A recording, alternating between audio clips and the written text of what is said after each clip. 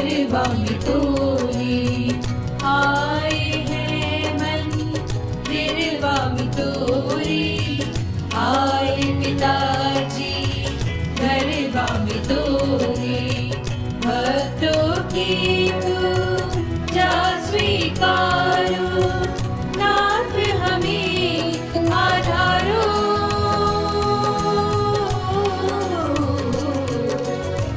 भक्तों की पूजा स्वीकारो नाथ हमें आधारो नैन झरे कन होकर तोरे नैन झरे कन होकर तोरे प्रभु जी हमें उबारो उबारो आए रे मंदिरवा में तोरे आए पिताजी गरबा में तोरे आए हैं मंदिरवा में तोरे आए पिताजी गरबा में तोरे। आप सभी लोगों को यीशु यीशु पिता और पुत्र और पवित्र आत्मा के नाम पर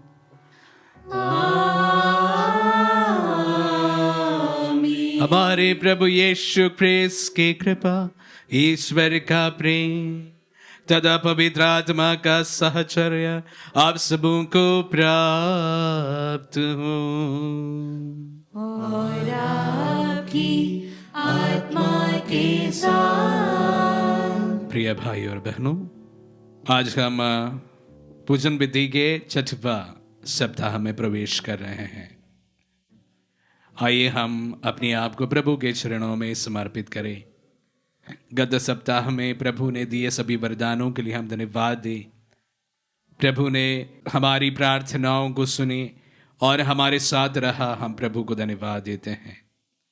साथ ही साथ आगामी सप्ताह को भी हम समर्पित करते हैं। प्रभु की बहुतायत आशीष के लिए प्रार्थना करते हैं। जैसे हर रविवार की मिस्सा हम हमारे बेनेफैक्टर्स के लिए समर्पित करते हैं, आज के इस पवित्र मिस्सा बलिदान में भी हम विशेष रूप से हमारे बेनेफैक्टर्स को याद करते हैं। उनके परिवारों को, परिजनों को, उनके निवेदनों को समर्पित करने के साथ साथ आप सभी की प्रार्थनाओं को भी हम समर्पित करते हैं। प्रभु से हमारी ये प्रार्थना है कि प्रभु आप सबों की प्रार्थनाओं को सुन और कबूल करे और अनुग्रह एवं आशीष प्रदान करें। हम अपने पापों को स्वीकार करें ताकि हम पवित्र बलि चढ़ाने के योग्य बन जाएं।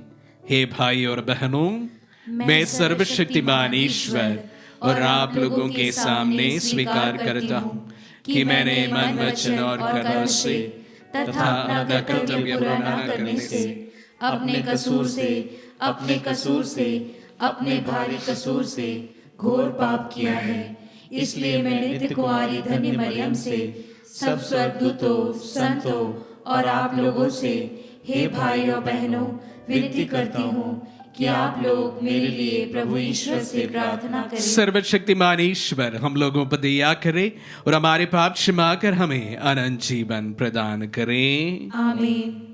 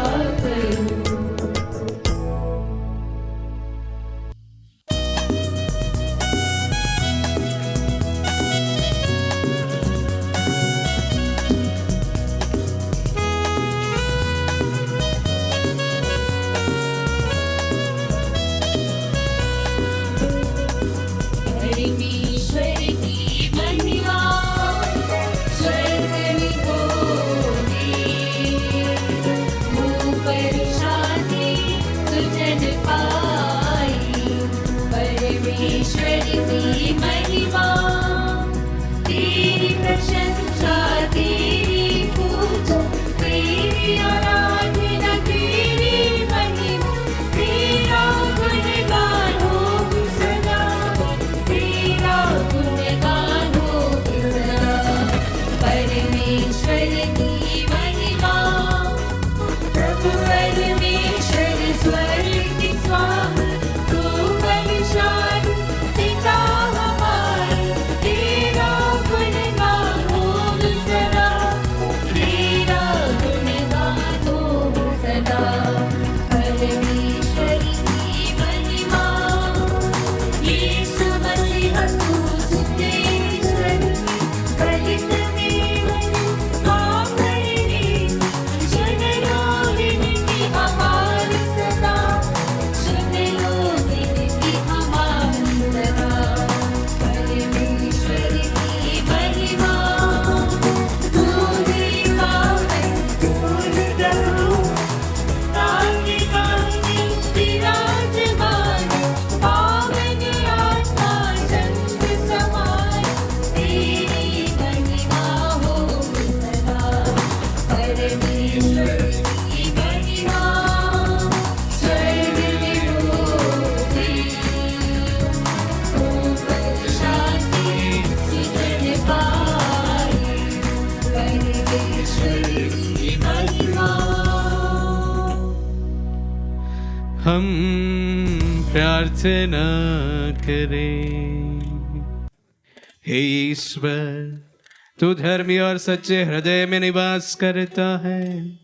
ऐसे कृपा कर कि हम अपने जीवन में तेरी कृपा संजोए रखें, ताकि तू हमारे हृदयों में निवास कर सके।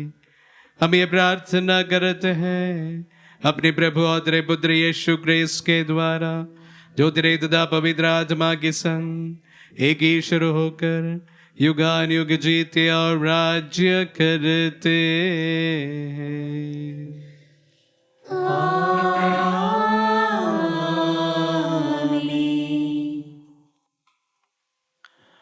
प्रभु का आत्मा आपके जो आपके हृदय पर हो, ताकि आप योग रीति से प्रभु की वाणी सुना सके। पिता और पुत्र पवित्र आत्मा के नाम पर आमीन।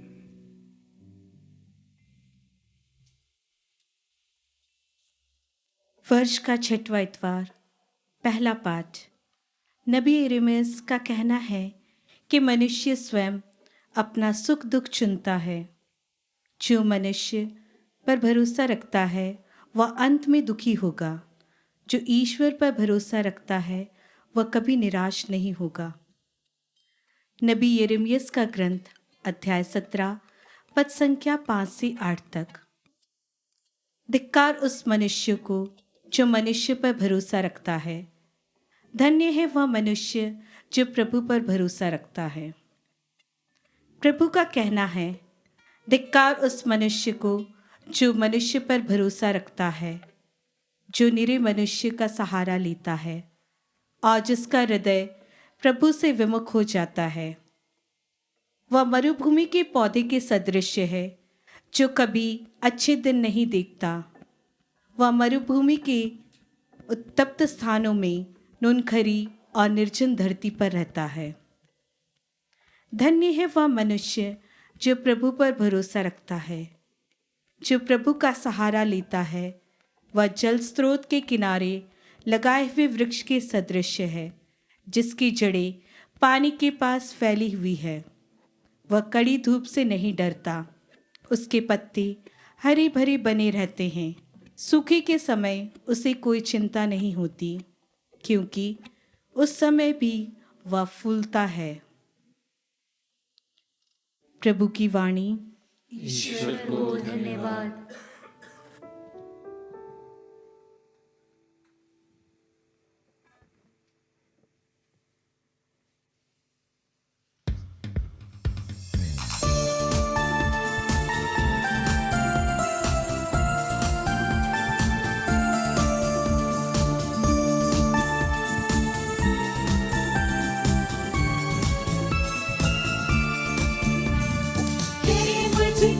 विश्वास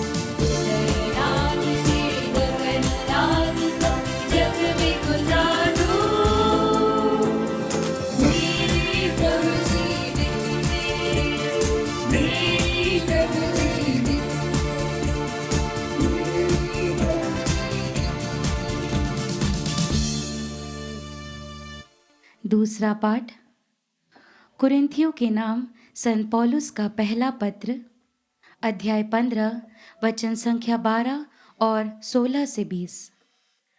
पाठ का मूल वाक्य है, यदि मसीह नहीं जी उठे हैं तो आप लोगों का विश्वास व्यर्थ है। यदि हमारी शिक्षा यह है कि मसीह मृतकों में से जी उठे हैं, तो आप लोगों में से कुछ यह कैसे कह सकते हैं कि मृतकों का पुनरुत्थान नहीं होता? यदि मृतकों का पुनरुत्थान नहीं होता तो मसीह भी नहीं जी उठते। यदि मसीह नहीं जी उठते तो आप लोगों का विश्वास व्यर्थ है और आप लोग अब तक अपने पापों में फंसे हैं। इतना ही नहीं, जो लोग मसीह के विश्वास में मर गए हैं वे भी विनष्ट हो गए हैं, और मसीह पर हमारा जो भरोसा है, यदि वह इस जीवन तक ही सीमित है तो हम मनुष्यों में से सबसे अधिक दयनीय है। किंतु मसीह सचमुच मृतकों में से जी उठे हैं। जो लोग मृत्यु में सो गए हैं उनमें से वह सबसे पहले जी उठे हैं। प्रभु की वाणी। ईश्वर को धन्यवाद।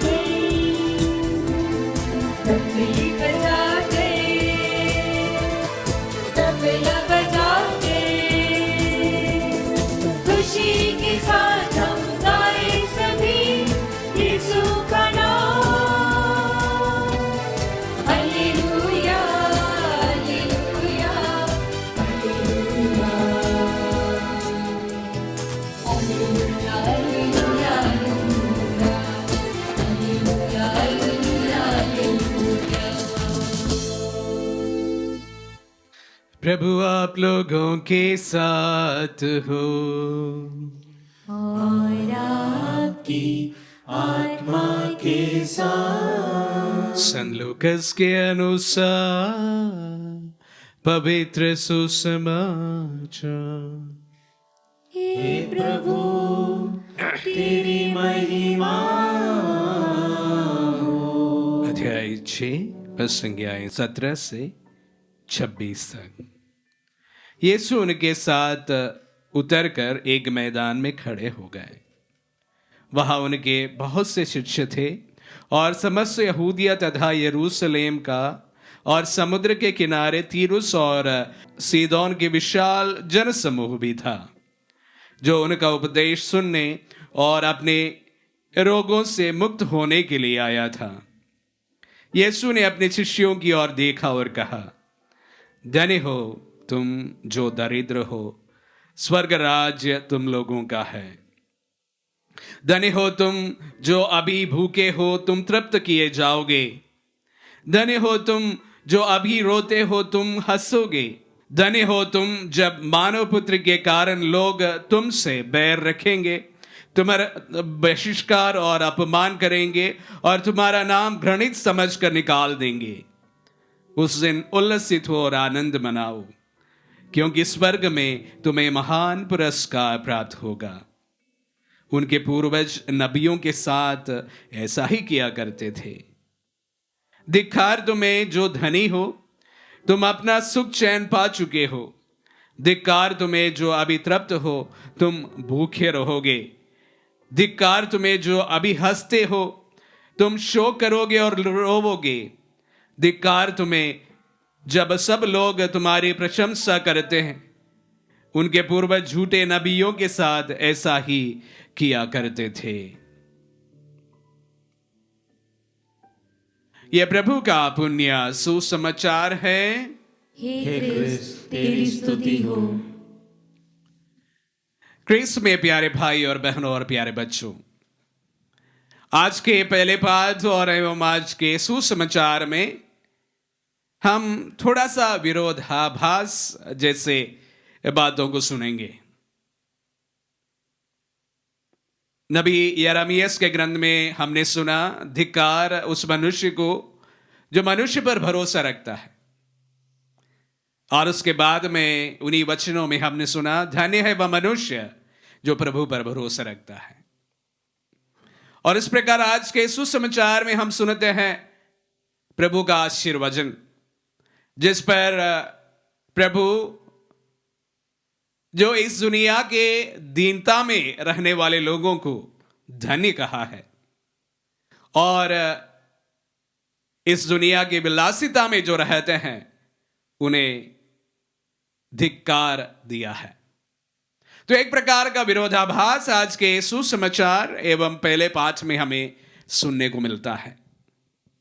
जब इन वचनों को सुनते समय आशीर्वचन जिस पर महात्मा गांधी ने अपनी फिलॉसफी बनाया था और उससे प्रेरणा पाकर अपने पूरे जीवन में वह एक सन्यासी एवं उस प्रकार एक संत का जीवन अपनाया था, आज वही आशीर्वचन आज हमारे सामने है। जब मैं इन वचनों को पढ़ते समय और आज के परिप्रेक्ष्य में उसे समझने की कोशिश करते समय 3 सवाल मेरे सामने आया। सर्वप्रथम सवाल यह है, डस गॉड रेकमेंड पॉवर्टी? क्या हमारे ईश्वर दरिद्रता को रेकमेंड करते हैं? क्योंकि आशीर्वचन के पहले जो भाग है उसी पर प्रभु उन्हें धन्य कहते हैं जो गरीब है, भूखे हैं, प्यासे हैं, निर्धन है, जिनके पास कपड़े नहीं है, और ऐसे तमाम अपने दीन दासियों को वह धन्य कहते हैं। तो इसका ये तात्पर्य तो नहीं है कि गॉड रेकमेंड पॉवर्टी। यह सवाल अक्सर मेरे मन में आया था, लेकिन ऐसा नहीं है। हमारा ईश्वर संत यूहन्ना के सुसमाचार अध्याय 10 पद संज्ञा 10 में कहते हैं कि मैं तुम्हें जीवन देने आया हूं, परिपूर्ण जीवन। और वहां पर इस प्रकार का एक बात को समझना कि हम लोग गरीब रह के ही ईश्वर का दर्शन करेंगे, ये शायद सही बात नहीं होगा। ये समझने की बात होगी। यहां पर प्रभु गरीबी का तात्पर्य उससे रिलेट करते जो आज के पहले पाठ में हमने सुना है। जो अपने आप पर विश्वास करते हैं, ईश्वर पर भरोसा कम करते हैं, उन्हें प्रभु एक प्रकार का विलासिता का पर्याय बनाया है। इसलिए आज के पहले पाठ में हमने सुना, धिक्कार उस मनुष्य को जो मनुष्य पर भरोसा रखता है।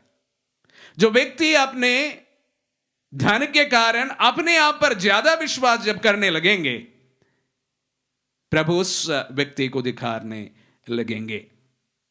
जब अपने जीवन में सब कुछ होने के बावजूद भी ईश्वर पर पूरी तरह से जब एक व्यक्ति विश्वास करेंगे, वो दीन माने जाएंगे, दरिद्र माने जाएंगे और ईश्वर उन्हें धन्य कहेंगे। तो यहां पर शायद प्रभु इस बात की ओर हम सबको अपना ध्यान आकर्षित करते हैं कि हमें हमारे पूरे जीवन में ईश्वर पर आश्रित एक जीवन जीना है, प्रभु पर आश्रित एक जीवन। और इसी प्रकार दूसरा एक सवाल मेरे मन में ये उठा, डस ही नॉट प्रमोट प्रॉस्पेरिटी?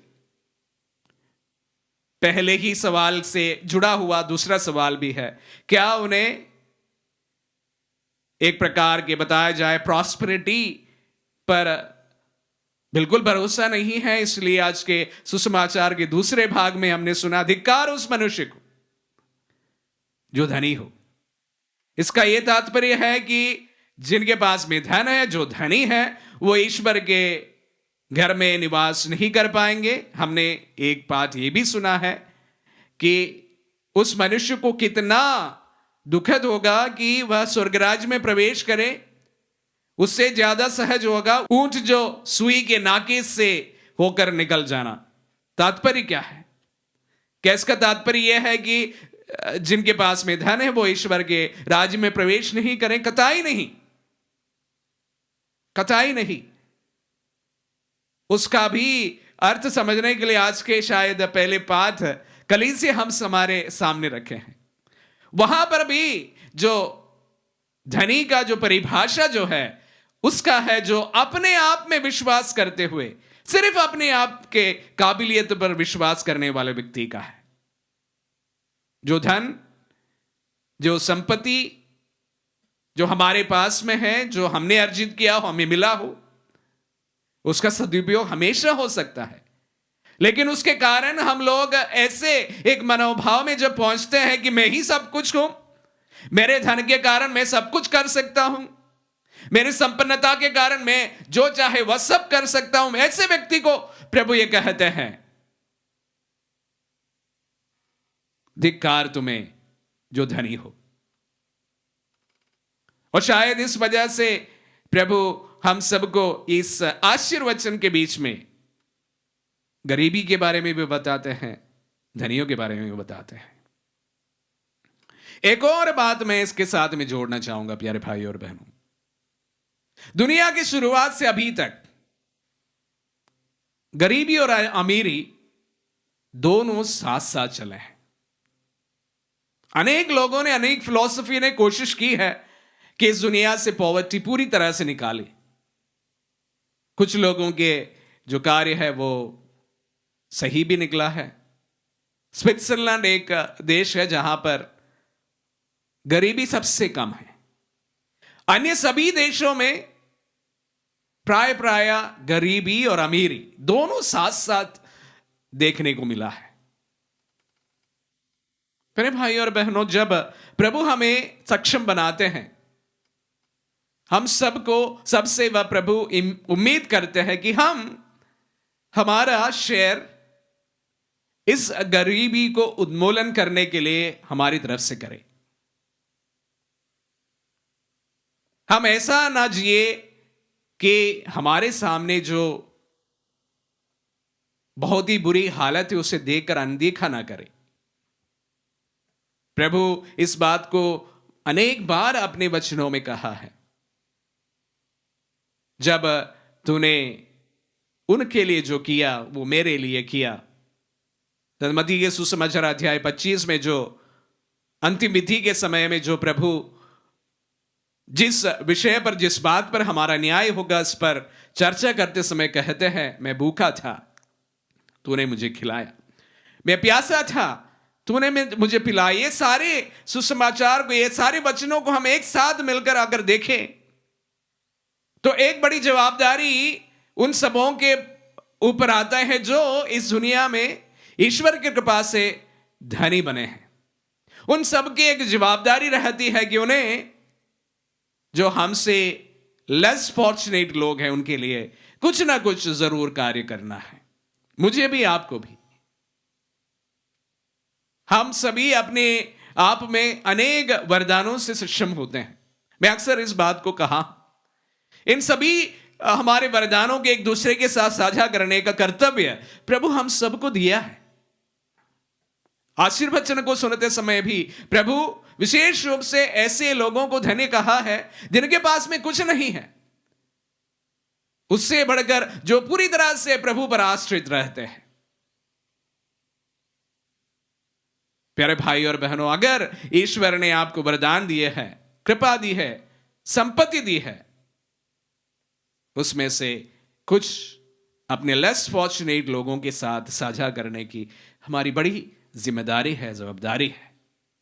प्रभु के वचनों को सुनते समय ये कदापि ना सोचे कि मैं पास में धन होने के कारण मैं प्रभु का दर्शन नहीं कर पाऊंगा, घर पर उनके घर पर प्रवेश नहीं कर पाऊंगा। ऐसा नहीं है। जो प्रभु पर हर समय आश्रित रहता है उस व्यक्ति प्रभु से, जिस तरह आज के वचनों में कहा गया है, प्रभु उनसे कहेंगे धन्य है वह मनुष्य जो प्रभु पर भरोसा रखता है। आप सभी जब धन्य हो सकते हैं जब आप अपने भरोसा प्रभु पर रखते हैं, और हम सभी उस वक्त प्रभु के अधिकार का पात्र भी बन सकता है जब हम अपने आप पर पूरा भरोसा रखने शुरू करेंगे। आज के वचनों को सुनते समय, उन पर मनन करते समय विशेष रूप से ये जवाबदारी के बारे में हम समझे। हमारे जो धन है उसका सदुपयोग करें, हमारे से लेस फॉर्चुनेट लोगों के साथ में भी हमारे धन को बांटें और ईश्वर के सामने हर समय के लिए धनी बने रहें। आमीन।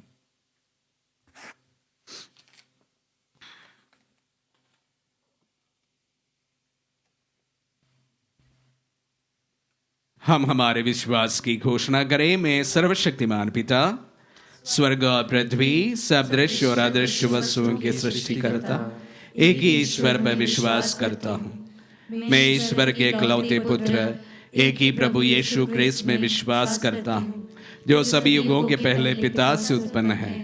वह ईश्वर से उत्पन्न ईश्वर, प्रकाश से उत्पन्न प्रकाश, सच्चे ईश्वर से उत्पन्न सच्चा ईश्वर है। वह बनाया हुआ नहीं बल्कि उत्पन्न हुआ है। वह पिता के एक तत्व है, उसी के द्वारा सब कुछ सृष्ट हुआ है। वह हम मनुष्यों के लिए और हमारी मुक्ति के लिए स्वर्ग से उतरा और पवित्र आत्मा के द्वारा कुंवारी मरियम से देह धारण कर मनुष्य बना। उसने पोंतुस पिलातुस के समय दुख भोगा, वह हमारे लिए क्रूस पर ठोका गया, वह मर गया और दफनाया गया और धर्म ग्रंथ के अनुसार तीसरे दिन फिर से जी उठा। वह स्वर्ग में आरोहित हुआ और पिता के दाहिने विराजमान है। वह जीवितों और मृतकों का न्याय करने महिमा के साथ फिर आएगा और उसके राज्य का कभी अंत नहीं होगा। मैं पवित्र आत्मा में विश्वास करती हूँ, वह प्रभु और जीवन दाता है। वह पिता और पुत्र से प्रस्तुत होता है, पिता और पुत्र के साथ उसकी आराधना और महिमा होती है। वह नबियों के मुख से बोला है। मैं एक पवित्र, कैथोलिक तथा प्रेरित कलीसिया में विश्वास करती हूँ। मैं पापों की क्षमा के लिए एक ही बपतिस्मा स्वीकार करती हूँ और मृतकों के पुनरुत्थान तथा अनंत जीवन की बाट जोता हूँ। आमीन।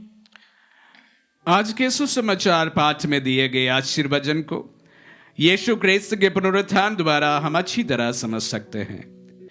पुनरुत्थान एक बदलाव का क्षण है जहां पुरानी दुनिया नई दुनिया का मार्ग खोल देता है और नए मूल्यों को आगमन होता है। हम प्रार्थना करें कि जो भी कठिनाइयाँ एवं मुसीबतों का सामना हम करते हैं वे सभी हमारे लिए आनंद और खुशी का कारण बन जाए और कहें, हे पिता हमारी प्रार्थना सुन। हे पिता हमारी प्रार्थना सुन।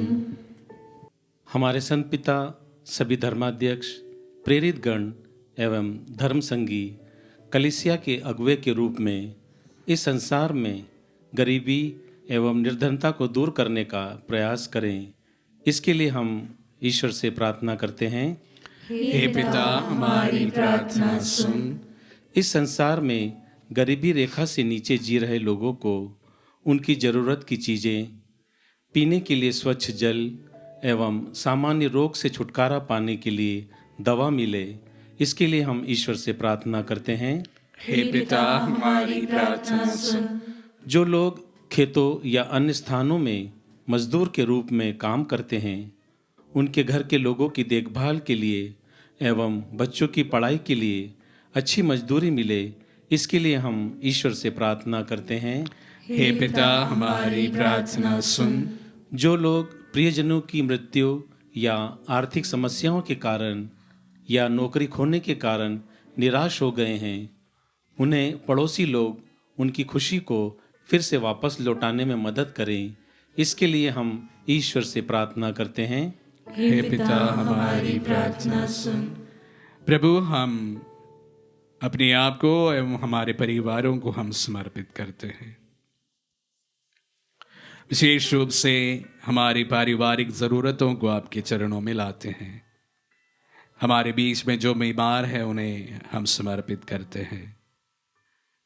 जो लोग दुखित है, पीड़ित है, परेशानियों में है, डिप्रेशन में है, और विशेष रूप से जो परिवार प्रभु टूटने के कगार पर है, प्रभु उन तमाम परिवारों को भी, लोगों को भी हम समर्पित करते हैं।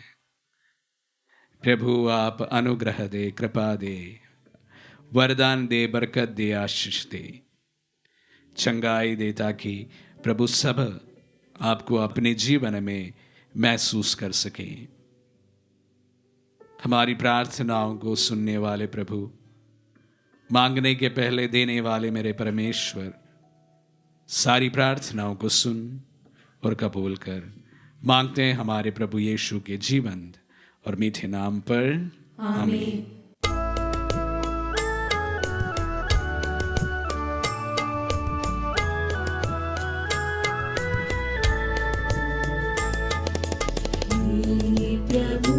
तेरे सामने मैं आ गया ऐसी, सुनी बातों कोई चला आए जैसे, कोई तोहफा तेरे लाऊं मैं कैसे। नी प्रभु तेरे सामने मैं आ गया ऐसे, मेरा ये जीवन, मेरा ये तन मन, सांसें है मेरी तुझसे। तूने किया जो, मुझको दिया जो, वैसा ना होगा मुझसे। तेरा कहाँ ना किया, जैसे तूने चाहा मैं ना वैसे जिया। हे प्रभु तेरे सामने मैं आ गया ऐसे, सुने हाथों कोई चला आए जैसे, कोई तोहफा तेरे दिए लाऊं मैं कैसे।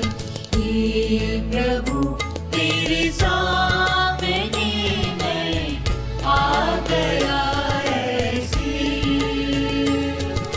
सुने हाथों कोई चला आए जैसे, कोई तोहफा तेरे दिए लाऊं मैं कैसे। भाई और बहनों, प्रार्थना कीजिए कि सर्वशक्तिमान पिता ईश्वर हमारे बलिदान ग्रहण करें। प्रभु अपने नाम की स्तुति तथा महिमा के लिए और हमारे तथा अपने समस्त पवित्र कलीसिया के लाभ के लिए आपके हाथों से बलिदान स्वीकार करें। हम प्रार्थना करें। हे प्रभु, ये भेंट हमें शुद्ध और नवीन करें और तेरे मार्ग पर चलने वालों के लिए अनंत पुरस्कार का स्रोत बन जाए। हम ये प्रार्थना करते हैं अपने प्रभु क्रिस्त के द्वारा।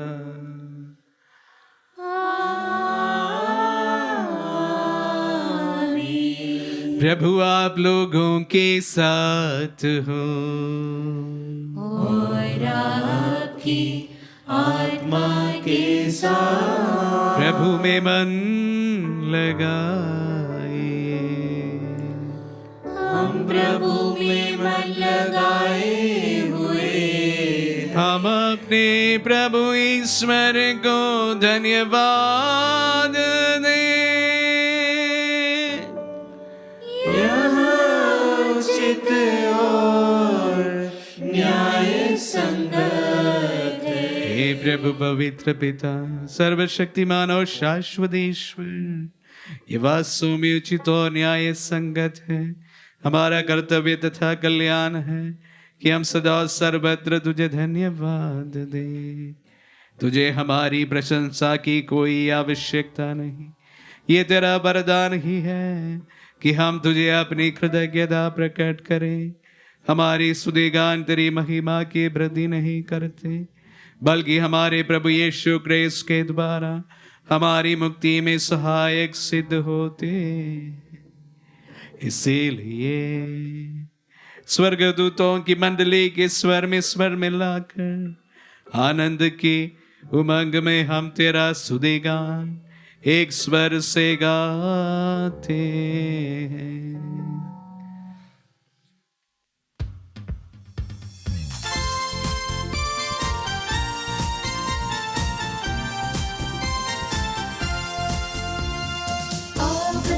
पावन पावन पावन पावन सर्वशक्तिमान प्रभु पावन है, प्रभु पावन है, प्रभु पावन है सदा, प्रभु पावन है सदा।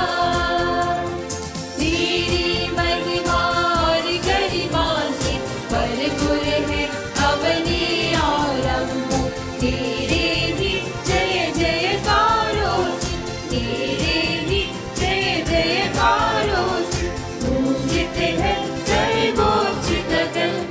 पावन पावन पावन पावन पावन सर्वशक्तिमान प्रभु पावन है, प्रभु पावन है, प्रभु पावन है सदा, प्रभु पावन है सदा।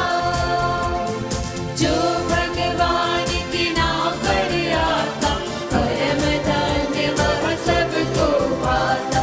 प्रभु के ही जय जयकारों से, प्रभु के ही जय जयकारों से गूंजते हैं सर्वोच्च गगन। पावन पावन पावन पावन पावन सर्वशक्तिमान प्रभु पावन है, प्रभु पावन है, प्रभु पावन है सदा, प्रभु पावन है सदा, प्रभु पावन है सदा।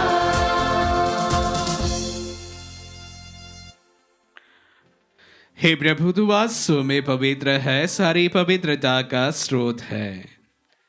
हम तुझसे प्रार्थना करते हैं तो इन पहाड़ों को अपनी आत्मा की संस्पर्श से पवित्र कर दे, कि हमारे प्रभु यीशु क्रिस्त का शरीर तथा रक्त बन जाए। जब वे स्वेच्छा से मृत्यु के लिए सौंपे गए, उन्होंने रोटी ली, तुझे धन्यवाद दिया और रोटी तोड़कर उसे अपने शिष्यों को देते हुए कहा, तुम सब इसे लो और इसमें से खाओ, क्योंकि ये मेरा शरीर है जो तुम्हारे लिए बलि चढ़ाया जाएगा।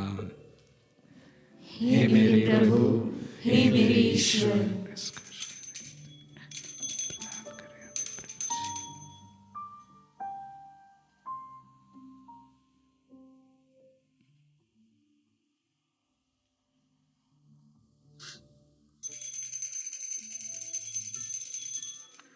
इसी भांति भोजन के बाद उन्होंने कटोरा लिया, तुझे धन्यवाद दिया और उसे अपने शिष्यों को देते हुए कहा, तुम सब इसे लो और इसमें से पियो, क्योंकि ये मेरा रक्त का कटोरा है, नवीन और अनंत व्यवस्थान का रक्त, जो तुम्हारे और बहुतों के पापों की क्षमा के लिए बहाया जाएगा। तो मेरी स्मृति में यह करो। हे मेरे प्रभु, हे मेरे ईश्वर।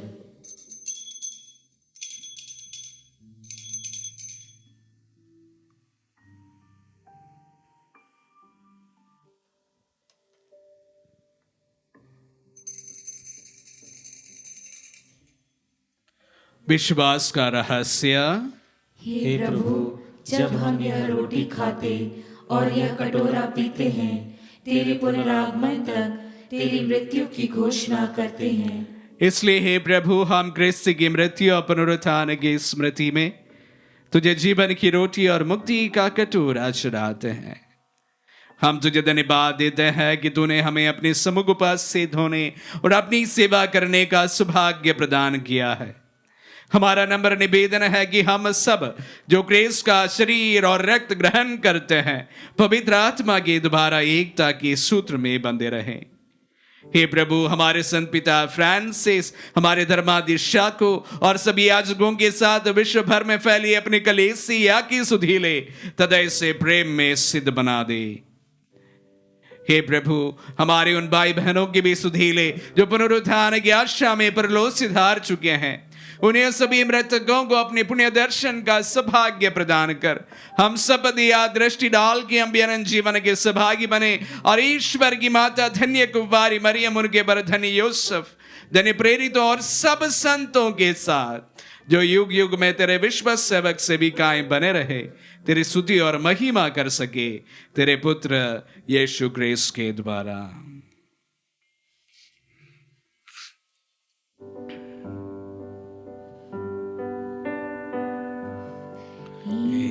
प्रभु क्रिस्त के द्वारा इन्हीं के साथ और नीले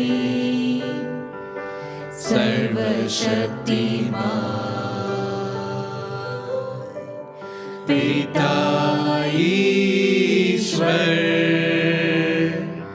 पवित्र आत्मा के साथ सारा गौरव तथा सम्मान युगानुयुग तेरा ही है।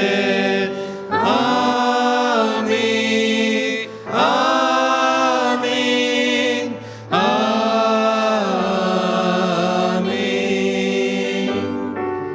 आमीन, आमीन,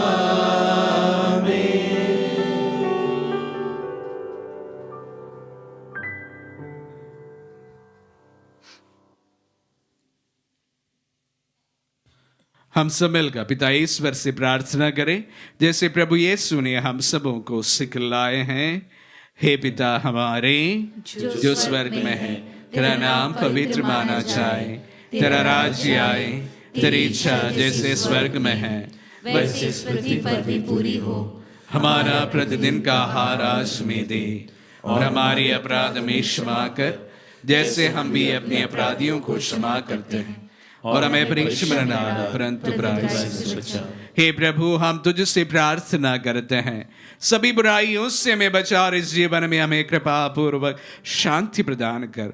हम त्रिदिया से सदा पाप से दूर और हर विपत्ति से सुरक्षित रहे और उस दिन की प्रतीक्षा करते रहे जब हमारे मुक्तिदाता यीशु क्रिस्त फिर प्रकट होकर हमारी मंगलमय आशा पूरी करेंगे। क्योंकि तेरा राज्य, तेरा सामर्थ्य और तेरी महिमा अनंत काल तक बनी रहती है। हे प्रभु यीशु क्रिस्त ने अपने प्रेरितों से कहा है, मैं तुम्हारे लिए शांति छोड़ जाता हूं, अपनी शांति तुम्हें प्रदान करता हूं।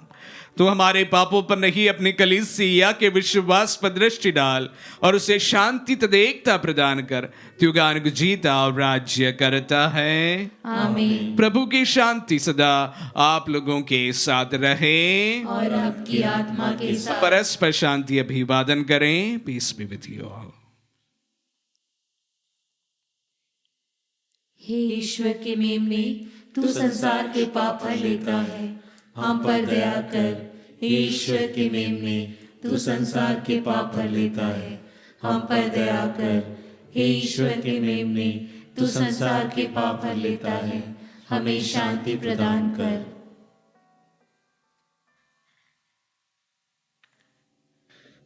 देखिए ईश्वर का मेमना, इन्हें देखिए जो संसार के पाप हर लेते हैं। धन्य है जो प्रभु के नाम पर बुलाए जाते हैं। हे प्रभु, मैं इस योग्य नहीं हूँ कि तू मेरे यहाँ आए, किंतु एक ही शब्द कह दे और मेरी आत्मा चंगी हो जाएगी।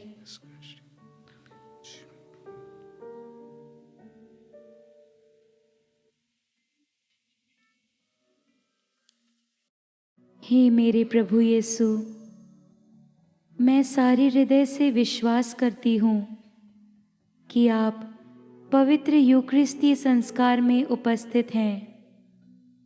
हे प्रभु, मैं सभी चीज़ों से बढ़कर आपको प्रेम करती हूँ और मेरी यही अभिलाषा है कि आप मेरी आत्मा में आकर बस जाएं, क्योंकि हे प्रभु, मैं आपको आज ग्रहण करने में असमर्थ हूँ।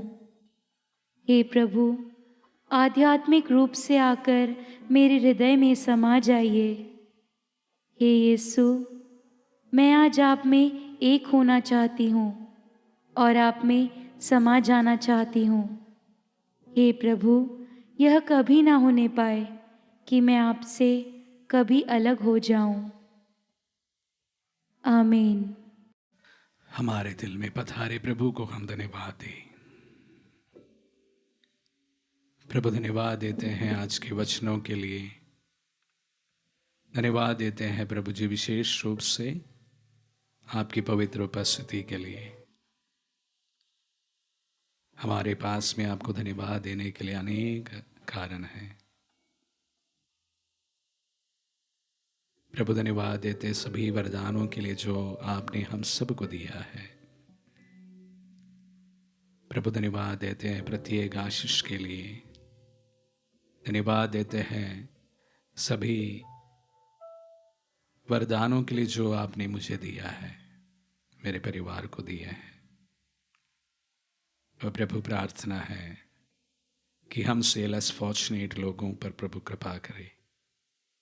अनेक लोग प्रभु अपनी इस जवाबदारी को समझे और एक दूसरे के प्रति अपने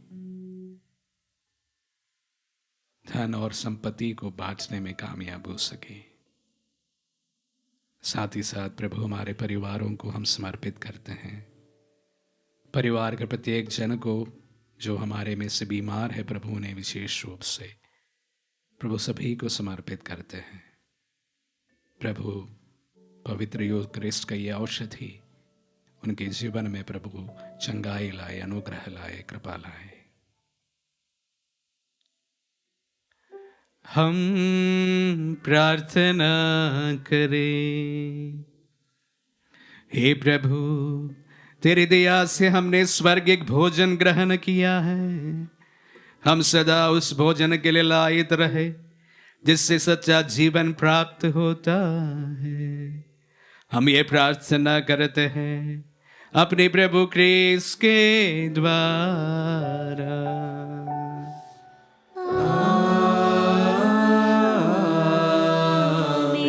प्रभु आप लोगों के साथ हो और आपकी आत्मा के साथ।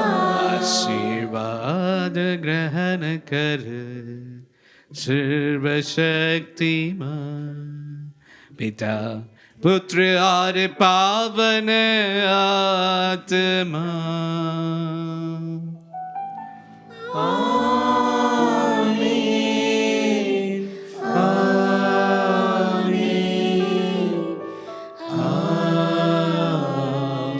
जाइए, दिव्य यज्ञ हुआ संपन्न। ईश्वर को धन्यवाद।